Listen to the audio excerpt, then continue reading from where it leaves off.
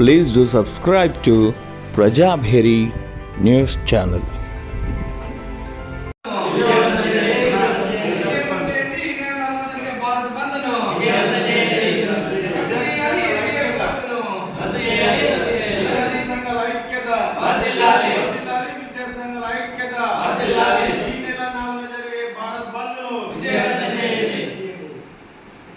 వ్యతిరేకంగా జరిగే దేశవ్యాప్త బంద్ను చేయాలని, అదేవిధంగా నీట్ పరీక్షను మళ్ళీ నిర్వహించాలని దశల వారీగా ఆందోళన కార్యక్రమాలు చేయడం జరిగింది. దీనికి ఇప్పటి వరకు కేంద్ర విద్యాశాఖ అధికారి ఇప్పటి వరకు రాజీనామా చేయలేదు. అదేవిధంగా పార్లమెంట్లో కూడా PM నరేంద్ర మోడీ ఇప్పటి వరకు కూడా దీనిపైన స్పందించలేదు.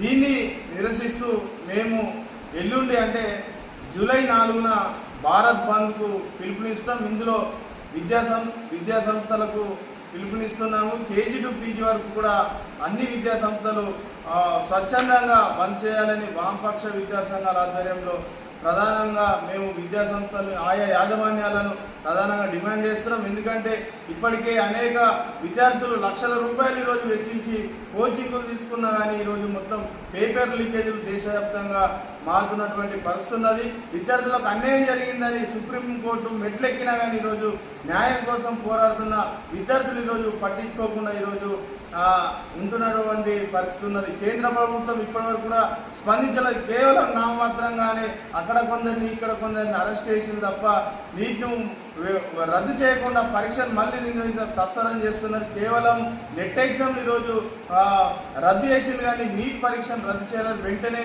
NTA పైన క్రిమినల్ చర్యలు నమోదు చేసి దాన్ని మొత్తం కూడా ఏజెన్సీని రద్దు చేయాలి. అదేవిధంగా నీట్ పరీక్షను మళ్ళీ నిర్వహించాలని అన్ని విద్యార్థి సంఘాలుగా మేము కేంద్ర ప్రభుత్వాన్ని డిమాండ్ చేస్తున్నాము. ఈ బంద్కు అందరూ కూడా స్వచ్ఛందంగా సహకరించాలని మేము జిల్లా ప్రజానీకాన్ని కోరుతున్నాం. నా పేరు రాచకొండ విఘ్నేష్, SFI జిల్లా కార్యదర్శి. ఈ నెల జూలై 4న దేశవ్యాప్తంగా నీట్కు వ్యతిరేకంగా బంద్ను అన్ని విద్యార్థి సంఘాలుగా పిలుపునివ్వడం జరిగింది. దాంతోపాటుగా గత 30 రోజుల నుండి నీట్కు వ్యతిరేకంగా పోరాటాలు నిర్వహిస్తుంటే కేంద్ర ప్రభుత్వం నిరంకుశంగా వ్యవహరిస్తున్న పరిస్థితి ఉంది. వెంటనే కేంద్ర విద్యాశాఖ మంత్రి రాజీనామా చేయాలి, వెంటనే రీఎగ్జామినేషన్ నిర్వహించాలని చెప్పి నీట్ విద్యార్థుల తరఫున ఈ ప్రభుత్వాన్ని మేము ప్రశ్నించడం జరుగుతుంది. దాంతోపాటుగా ఏదైతే NTA సంస్థ ఏదైతుందో ఆ NTA సంస్థ నేషనల్ టెస్టింగ్ ఏజెన్సీ కాదని అది ఒక దొంగల ముఠా అని చెప్పి ఆ దొంగల ముఠాని వెంటనే రద్దు చేయాలని చెప్పి అన్ని విద్యార్థి సంఘాలుగా మేము డిమాండ్ చేస్తున్నాం.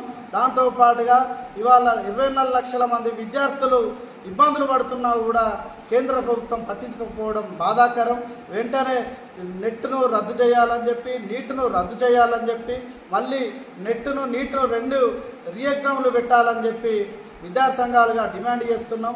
లేని పక్షంలో రేపు భవిష్యత్తులో ఆందోళన కార్యక్రమం